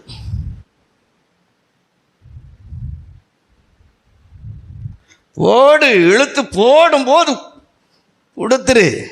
அல்லேலூயா. 4 இருந்தாலும் நல்லா இருக்கட்டும், எங்கே போனாலும் சொல்லும் அல்லேலூயா. அவன் கொடுக்குற ஈட்டி நல்லா தான் இருக்கும் அல்லேலூயா. ஆமாம், உருவி போகும், உருவி போகணும். ஈட்டி எப்படி போகணும்? உருவி போகணும், கஞ்சாடை இல்லாமல் உருவணும் அல்லேலூயா. ஒன்னோடி நிற்கக்கூடாது, 2 ஓடி போகணும் அல்லேலூயா. ஈட்டியில் 2 இருக்கணும் அல்லேலூயா. மூச்சே இல்லை. கர்த்தருடைய பரிசுத்த நாமத்துக்கு மகிமை உண்டாகட்டும். 5 தாமதமே. வாசிங்க நியாயாதிபதிகளின் புஸ்தகம் 16ஆம் அதிகாரம் 21, 22, 28. நியாயாதிபதிகளின் புஸ்தகம் 16, 21, 22, 28. பெலிஸ்தர் அவனை பிடித்து அவன் கண்களை பிடுங்கி அவனை காசாவுக்கு கொண்டு போய் அவனுக்கு 2 வெண்கல விலங்கு போட்டு சிறைச்சாலையிலே மாவரைத்துக் கொண்டிருக்க வைத்தார்கள். அடி 1000 பேரை தோசம் பண்ணின மனுஷன் ஒரு காலத்தில் என்ன கிறிஸ்தவத்தில் என்ன ஜமா, என்ன வாசிப்பு, என்ன ஆவிக்குரிய அனுபவிப்ப மாவாட்டிக்கிட்டு இருக்கான் பெலிஸ்தியருக்கு. வடைக்கு மாவா, ஆப்பத்துக்கு மாவா, இட்லிக்கு மாவா, தோசைக்கு மாவா, உளுந்த வடைக்கு மாவா, பருப்பு வடைக்கு மாவா ஆட்டிக்கிட்டே இருக்கிறாங்க. நான் சொல்லுவேன், கல்யாணம் பண்ணி 1 மாதம் 2 மாதத்தில் வெளிநாட்டுக்கு நீ போகிறதா இருந்தாலும் சரி, அவன் போகிறதா இருந்தாலும் கல்யாணம் பண்ணி கொடுக்காது அப்படிப்பட்டவனுக்கு, வெளிநாட்டுக்கார பயல்களுக்கு. அவனை அங்கேயே எவ்வளையாக பார்த்து கல்யாணம் பண்ணிட்டு வாழட்டு. புருஷன் மனைவியாக சேர்ந்து வாழுகிறதா இருந்தால் கல்யாணம் பண்ணு அல்லேலூயா. சொத்துக்கும் சுகத்துக்கும் பணத்துக்கும் தெரியுறீங்களே சாவங்களா, உங்களெல்லாம் எங்கே கொண்டு வைக்க? வெறும் பணத்துக்கு. அதுக்கு சன்னியாசி கூட்டத்தில் வந்து சேர வேண்டியது தானே. சன்னியாசி கூட்டத்தில் சேருகிறேன்னு சொல்லி துறவு வாழ்க்கையை வாழ வேண்டியது தானே அல்லேலூயா. அதுக்கு எதுக்கு கல்யாணம்? கல்யாணம் பண்ணி 1 மாதத்துக்கு பிற்பாடு ஃப்ளைட்டில் நாங்கள் அமெரிக்காவுக்கு போகிறோம், நாங்கள் USA போகிறோம், நாங்கள் UK போகிறோம். உனக்கு எதுக்கு இந்த சுவாலி? 1 மாதத்துக்கு இவ்வளவுக்கு ஒரு கார்டு அடித்து 1000 2000 கார்டு அடித்து மண்டபம் எடுத்து சாப்பாடு போட்டு அதுக்கு நாங்கள் பணம் மொய் எழுதி போக்கத்து ஒரு 500 ரூபாயாவது குறைஞ்சபட்சம் எழுதி, பிடித்தமானவங்கன்னா 1000 ரூபா 2000 ரூபான்னு எழுதி ஒரு நேரம் சாப்பாடு. அது சரியாகவும் இருக்காது சில சாப்பாடுகள். நீங்கள் இங்கே 1 மாதம் இங்கே இருந்துட்டு அவன் அங்கே போய் அங்கே வாழுதில்லை, நீ அங்கே போய் வாழ. மாவாட்டு, நல்லா மாவாட்டு. 9 மணிலேருந்து சாயங்காலம் 6 மணி வரைக்கும் மாவாட்டு. நீ ஆட்டு மாவு. இங்கே ஒரு 1/2 மணி நேரம் 2 மணி நேரம் வந்து உட்காரன்னா உனக்கு ரொம்ப கஷ்டமாக இருக்கு. கால் வலிக்க, இடுப்பு வலிக்க, இது மாதிரி நடக்கிறதுக்கே கொஞ்சம் மாச்சமாக இருக்குது. நடக்க மாச்சப்பட்டு சித்தப்பன் வீட்டில் பொண்ணு எடுத்தானா, நடக்க ஆச்சாரி மாவாட்டு. கண்ணே குருடானாலும் கம்ப்யூட்டரில் உட்காந்து இப்படி பார்த்து 2 கண்ணும் குருடா இவனை போல நீ மாவாட்டணும். நாளாகும்போது மாவாட்டணும். கிடைக்கிற 10,000 ரூபா 15,000 ரூபா 30,000 ரூபாய்க்கு மாவாட்டு. நீ ஆட்டு. எங்கே போயிட? நீ எங்கே போயிடுவா? என்ன காலுக்கு தக்க தான் செருப்பு, செருப்புக்கு தக்க காலை மாற்ற நினைக்காத. இந்த வேலையெல்லாம் இங்கே வாழ்க்கையில் மாவாட்ட வேண்டிய இடத்துக்கு வந்துட்டான். இப்போ அவனுக்கு ஒரு வாய்ப்பு இருக்கு. தாமதமே. வாசிங்க, அடுத்த வசனத்தை வாசிங்க. அவன் தலைமையில் சிரைக்கப்பட்ட பின்பு திரும்பவும் முளைக்க தொடங்கி, திரும்பவும் முளைத்தது. சத்துருக்களை பழி வாங்கணுமானா, ஒன்று மாவாட்டக்கூடிய வல்லமைகளை பழி வாங்கணுமானா, சிம்சோனுடைய முடி முளைத்தது அல்லேலூயா. தாமதமே. நம்முடைய தீர்மானம் பிரதிஷ்டைகள் மறுபடியும் உண்டாகட்டும். தாமதமே. இந்த நாட்களையே நம்முடைய சத்துருக்களை, நம்முடைய வாழ்க்கையை வஞ்சிக்கிற, நம்முடைய வாழ்க்கையை ஏமாற்றுகிற, நம்முடைய தெய்வ தரிசனத்தை இழக்க வைக்கிற, இந்த பூமியில் கர்த்தர் நம்மளை பிறப்பித்த நோக்கத்தை அழிக்கிற வல்லமைகளை ஜெயிக்க முடியல அப்படின்னா முடி முளைக்கல. சிம்சோனின் முடி முளைக்க ஆரம்பித்தது. வேதம் சொல்லுகிறது. உயிரோடு இருக்கிற நாட்களை விட அவனுடைய வேதத்தில் வாசித்து பார்த்தீங்க, ரொம்ப நல்ல வசனமா இருக்கு. 28வது வசனத்தை வாசிங்க. சிம்சோன் கர்த்தரை நோக்கி, அப்பொழுது சிம்சோன் கர்த்தரை நோக்கி கூப்பிட்டு, கர்த்தராகிய ஆண்டவரே, நான் என் 2 கண்களுக்கு ஒரே தீர்வையா இந்த பெலிஸ்தரை கையிலே பழி வாங்கும்படிக்கு இந்த ஒரு விசை மாத்திரம் என்னை நினைத்தருளும் தேவனே பலப்படுத்தும் என்று சொல்லி 2 தூணையும் சாச்சி 3000 பேரை கொன்னான். அல்லேலூயா. வருஷ கடைசியில் வந்திருக்கிறீங்க. இந்த வருஷம் ஃபுல்லாக மாவாட்டைக்கு சாத்தான் ஏமாற்றி வேடிக்கை காட்டு. மேலே உள்ள வசனங்கள் எல்லாம் வாசித்து பார்த்தீங்கன்னா தெரியும். வேடிக்கை காட்ட வைத்தார்களாம். வேடிக்கை காட்டிட்டு இருந்தானா, வேடிக்கை காட்ட வைத்தாங்க, வேடிக்கை காட்டிட்டு இருந்தான். இன்னைக்கு ஒன்றை வச்சு வேடிக்கை பார்த்துக்கிட்டு இருக்கிறாங்க உலகம். அவங்க மத்தியில் ஒரு பிரதிஷ்ட தீர்மானங்கள் உண்டாகட்டும். கர்த்தருக்காக வாழ்வதற்கு, கர்த்தருக்காக ஊழியம் செய்வதற்கு, கர்த்தருக்காக ஜீவனை கொடுப்பதற்கு. அல்லேலூயா. ஆமாம், தேவனுக்காக வாழ்வது, தேவனுக்காக காரியங்களை செய்வதுங்கிறது சாதாரணப்பட்ட விஷயம் இல்லை. உழைச்சி உழைச்சி ஓடா தேஞ்சி ஒரு பிள்ளைக்காக, 2 பிள்ளைக்காக, 3 பிள்ளைகளுக்காக வாழ்ந்து உலகத்தில் சொத்தை சேர்த்து வச்சு, பணத்தை சேர்த்து வச்சு போகும்போது நீயும் கொண்டு போகிறதில்ல, உன் பிள்ளையும் கொண்டு போகிறதில்ல. அந்த நிலவரத்தை விட இந்த ஆண்டவருக்காக ஏதாவது ஒரு விதத்தில் வாழ்ந்து முடிப்பதற்கு உன் முடி முளைக்கட்டான். அல்லேலூயா. தாமதமேன் என்று சொன்னால் முடி முளைக்கல, பிரதிஷ்டை வரட்டு. 5, 6 வேதத்தில் வாசிக்கும் போது வெளிப்படுத்தல் 1:10, வெளிப்படுத்தல் 4:1-2, 2 கொரிந்தியர் 12ஆம் அதிகாரம் 1-4. சீக்கிரம் வாசிங்க, இன்னொரு 5-10 நிமிஷத்துல முடிக்கலாம். நாளில் ஆவிக்குள்ளானேன், அப்பொழுது எனக்கு பின்னாலே எக்காள சத்தம் போன்ற பெரிதான ஒரு சத்தத்தை கேட்டேன். தாமதமே.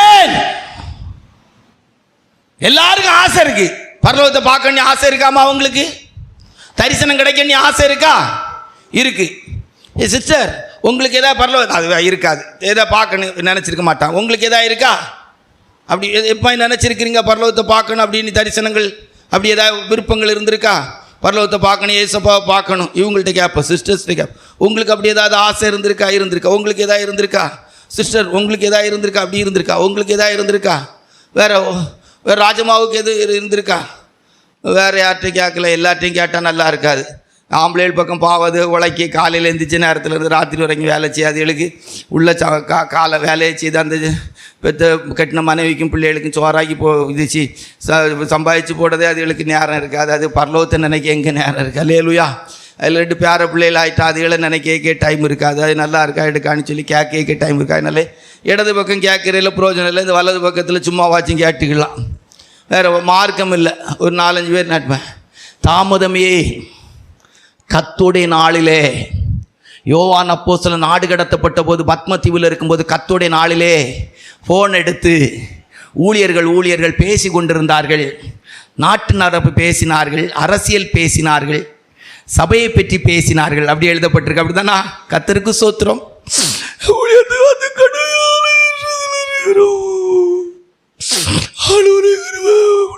தாங்கிட்டு இருக்கு.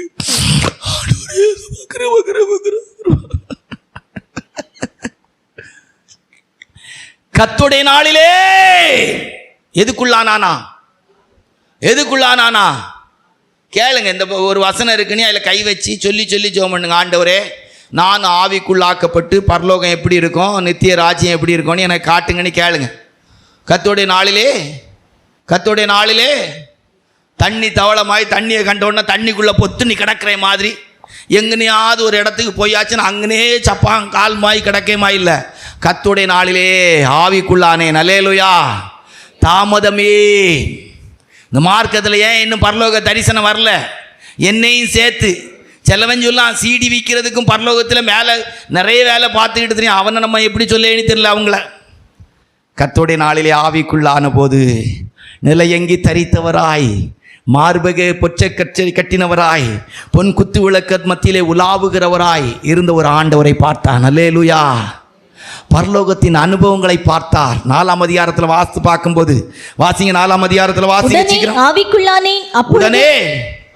உடனே கர்த்தருடைய நாளில் இன்னைக்கு ஞாயிற்றுக்கிழமை ஆராதனையில் ஜனங்களை ஆவியில் நிரம்ப வைக்கிறதுக்கு கொஞ்ச நேரம் ஜனங்களை துதிக்க வைக்க என்ன பாடுபட வேண்டியது இருக்கப்பா, என்ன வெளிப்பாடு பேச வேண்டியது இருக்கு. கர்த்தருடைய நாளிலே ஆவிக்குள்ளான மேலே ஏறிவாணி கேட்டபோது ஆவிக்குள்ளானார். அல்லேலூயா. அபிஷேகம் என்கிற அனுபவத்தினுடைய குறைவு தான் இன்னைக்கு நல்ல பரலோக தரிசனம், பரலோக வெளிப்பாடுகள், ஏசப்பாவோடு உள்ள வாழ்க்கையை குறித்த அனுபவம் இல்லாமல் இருக்குது. 7 தாமதமே. அபிஷேக ஆவியானோருக்குள் வாழ்கிற அனுபவம் இல்லாததுனால பரலோக தரிசனம் இல்லை. சீயோனை குறித்து, எருசலேமை குறித்து, எடுத்துக்கொள்ளப்படுகிற சபையை குறித்து, உயிர்த்தெழுதலை குறித்து, நியாய தீர்ப்பை குறித்த வெளிப்படுத்தல்கள், அந்த அனுபவங்கள் நமக்கு இல்லை. இன்னைக்கு நீ எண்ணி முடியாத ஊழியக்காரன் உலகத்தில் வாழ்கிறதுக்கு பிரசங்கம் பண்ணி கண்ட விதத்தில் உயர்ந்த ரக கார்களை வாங்கி வச்சு அனுபவிச்சுட்டு இருக்கான். சபையில் இருக்கிற விசுவாசிகளை 10 ரூபா காணிக்க போடுற விதத்தில் பிச்சைக்கார ஆண்டவராக மாற்றி வச்சுருக்கான். ஆண்டவர் பிச்சை எடுக்கிறது மாதிரி பாட்டை பாடி இந்த கேரளுக்கு போய் பாட்டு பாடுற பெத்தலையில் பிறந்த வேரை போற்றி துதி மனமே. அன்னைக்கு ஒருத்தங்க வந்திருக்கிறாங்க, மனப்பூர்வமாக 100 ரூபா சக்கரம் போட்டோம். ஒரு கூட்டம் வந்திருக்கு, ஜபம் கிடையாது, ஒன்றும் கிடையாது, ஒரே பாட்டு தான். ஒரு ட்ரம் வச்சு பெத்தலையில் பிறந்தவரை போற்றி துதி மனமே. சர்வத்தையும் படைத்தாண்ட சர்வ வல்லவர். ஓ உண்மையிலே 2 நாளைக்கு முன்னால் ஒரு 10 15 20 பசங்க ஒன்றும் கிடையாது. இது போதாத குறைக்கு அவனுள்ள ஒரு பையன் வாலிய பையன் அளவுக்கு வளர்ந்துருக்கான். ஒரு முட்டாயம் கொடுத்து வீட்டில் இருக்க எல்லாரும் கையை பிடிச்சி நல்லா குலுக்கிடுறான். அவனுக்கு ஒரு லக்கு. கிறிஸ்மஸ் தாத்தா போட்டுக்கிட்டு அது ஒரு லக்கு தானே. எல்லாருக்கும் கையையும் பிடிச்சி 2-3 தடவை ஒரு குலுக்கிடுறான். தெரில தாமதமே அபிஷேகத்தில் வாழ்கிற நம்மளாச்சே. கர்த்தருடைய நாளிலே மேலே ஏறி வாழ்ந்த போது ஆவிக்குள்ளாக்கப்பட்டிருக்கிறாரே. இத்தனை பேருக்கு இருக்குது பரலோக தரிசனம். ஏசப்பாட்ட போவேன், ஏசப்பாவை பார்ப்பேன், பரலோகம் இப்படிலாம் இருக்கும். 7 கூட்டத்தை முடிப்போம். பைபிளெல்லாம் மூடிட்டா தான் இன்னொரு 5-10 நிமிஷத்தில் முடிக்க முடியும். அப்போ தான் உங்களுக்கு நம்பிக்கை இருக்கும். இழுத்து போகிறதில்ல. வருஷ கடைசி பிரசங்கம், இன்னும் ஒரு பிரசங்கம் தான் இருக்குது. சரி வாசிங்க. 1 சாமுவேலின் புஸ்தகம் 1ஆம் அதிகாரம் 6வது வசனத்தையும் 7வது வசனத்தையும் வாசிங்க. கர்த்தர் 1 சாமுவேல் 1:6-7 வாசிங்க. கர்த்தர் அவள் கர்ப்பத்தை அடைத்தபடியினால் அவளுடைய சக்களத்தை அவள் துக்கப்படும்படியாக அவளை மிகவும் விசனப்படுத்துவாள். அவள் கர்த்தருடைய ஆலயத்துக்கு போகும் சமயத்தில் அவன் வருஷந்தோறும் அந்த பிரகாரமாய் செய்வான். இவள் அவளை மனமடிவாக்குவாள். அப்பொழுது அவள் சாப்பிடாமல் அழுது கொண்டிருப்பாள். எங்கேயாவது இந்த வார்த்தையில ஏதாவது உங்களுக்கு கிடைச்சிருக்கா? அண்ணால நம்ம ரொம்ப ப்ளஸ் பாயிண்டா பேசுவோம். இன்னைக்கு ஒரு மைனஸ் அடிச்சு ப்ளஸ் அடிக்க போறோம். அல்லேலூயா. இங்க பார்த்தீங்கன்னா வருஷந்தோறும் எப்படி வருஷந்தோறும் இந்த அம்மாவுக்கு குழந்தை இல்லாததுனால பெண்ணினாளுங்கிற சக்களத்தை குத்தி குத்தி பேசுவான்.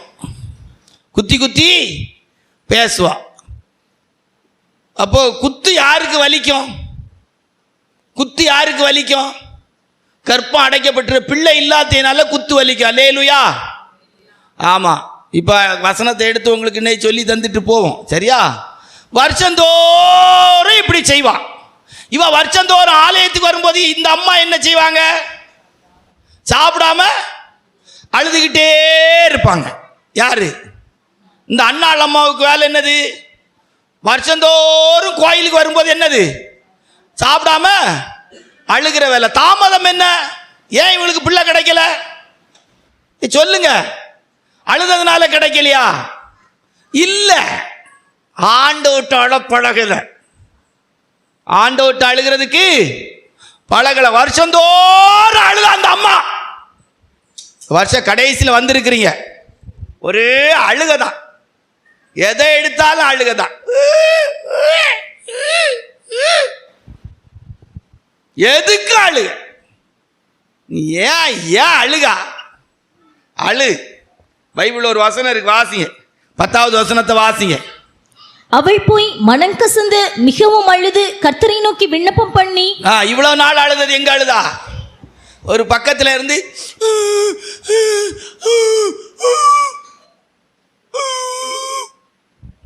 வருஷந்தோறும் அழுதா. ஒரு பிரயோஜனம் இல்லை. 1 வருஷம் அழுதா. யார்கிட்ட அழுதா? யார்கிட்ட அழுதா? தாமதம் ஏன்? அடைப்பு திறக்கப்பட்டுச்சா திறக்கப்படலையா? கேட்டது ஒரு பிள்ளை, கிடைச்சது எத்தனை பிள்ளை? 6 பிள்ளை. நல்ல பொருத்தனை பண்ணி நல்ல முறைக்கு ஜெபம் பண்ணா. அழுதா. அது வரைக்கும் எங்கனே ஆகி போயிரு. ஒரு முக்கில் இருந்து சாப்பிடாம அழுதா. அன்னைக்கு ஆண்டோடைய சமூகத்தில் அவள் போய் மனங்கசந்து மிகவும் அழுது கர்த்தரை நோக்கி விண்ணப்பம் பண்ணினாள். அவளுடைய கண்ணீர் ஆண்டோடைய சமூகத்தில் ஊற்றினாள். கண்ணீரோடு விதைக்கிறவள் கம்பீரத்தோடு அறுப்பார்கள். கண்ணீரோடு விதைக்கிறவள் கம்பீரத்தோடு அறுப்பார்கள். நீ பிரசங்கத்தை கேட்டு கொஞ்சம் யோசிப்பீங்க. ஒரு வசனத்தை எடுத்து உங்களுக்கு வாசனை நல்லா இருக்கும். எபிரேயர் நிருபம் 4ஆம் அதிகாரம் 12வது வசனத்தை வாசிங்க. எபிரேயர் 4:12 தானே வாசிங்க. தேவனுடைய வார்த்தையானது ஜீவனும். நல்லா எல்லாரும் கேளுங்க. முழிச்சாச்சா எல்லாரும்? அல்லேலூயா. எல்லாம் நல்ல கண் முழிச்சாச்சு. நமக்கு கூட்ட முடிகிற நேரம். நல்ல விழிப்பா எல்லாரும் நல்ல சிரிச்ச முகமாயாச்சு. எல்லார் முகத்தில் இருக்கிற அந்த உறக்க சீனமும் போயிட்டு எல்லாம் நல்ல நல்ல ஜம்முனி சிரிச்ச முகமா ஆயிட்டாங்க. அல்லேலூயா. வாசிங்க, வசனத்தை வாசிங்க. தேவனுடைய வார்த்தையானது நல்லா கவனிச்சிடுங்க. தமிழ் தெரிகிறவங்க எல்லாம் நல்லா கவனிச்சிடுங்க. தேவனுடைய வார்த்தையானது நல்லா கவனிச்சிடுங்க. பிரசங்கம் பண்ற ஒரு பிரசங்கம் எப்படி இருக்கணும்? தேவனுடைய வார்த்தை எப்படி இருக்கணும்?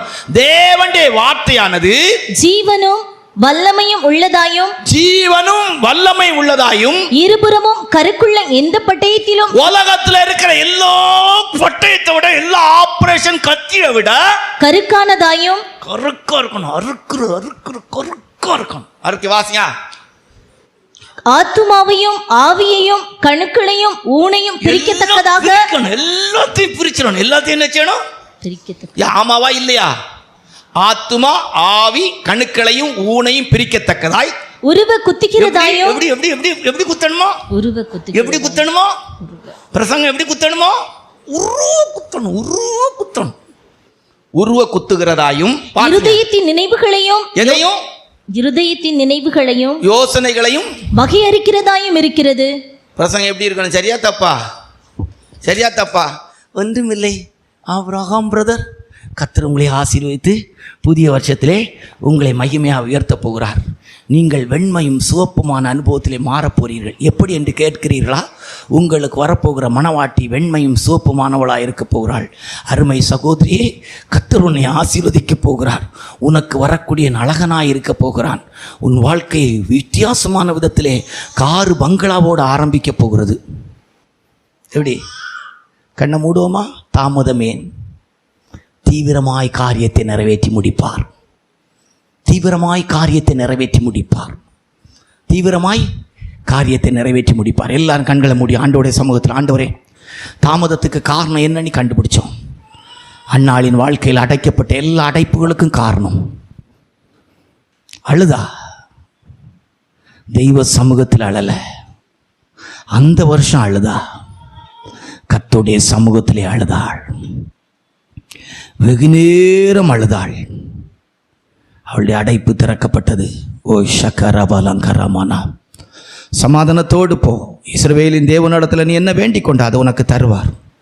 இன்றைக்கு உங்களை பார்த்து சொல்கிறோம், சமாதானத்தோடு போங்கள். இஸ்ரவேலின் தேவனிடத்தில் நீங்கள் என்ன வேண்டிக் கொண்டீங்களோ அது உங்களுக்கு கிடைக்கும். தாமதம் ஏன்? நம்முடைய வாழ்க்கையில் சில ஆசீர்வாதங்கள் தாமதித்ததற்கு காரணம் என்ன?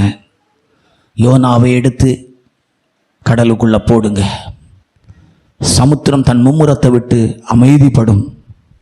கீழ்ப்படிங்க, சுகம் தானாய் கிடைக்கும். தேவன் விரும்பாததான பொருட்களை நம்மை விட்டு அகற்றுங்கள். சாபத்தீட்டானதுக்கு நமக்கு இடம் கொடுக்க வேண்டாம். ஆசீர்வாதம் அல்லது நம்முடைய வெற்றி தானாய் நமக்கு கிடைக்கும். இச்சைக்கு ஏதுவான காரியங்களுக்கு விரோதமாய் நல்ல தீர்மானம் பண்ணி வாழுங்கள். ஆசீர்வாதம் நிச்சயமாய் கானானின் அனுபவத்துக்கு வாதைகள் நிறுத்தப்படும். தலைமயிர் முளைக்கட்டும்.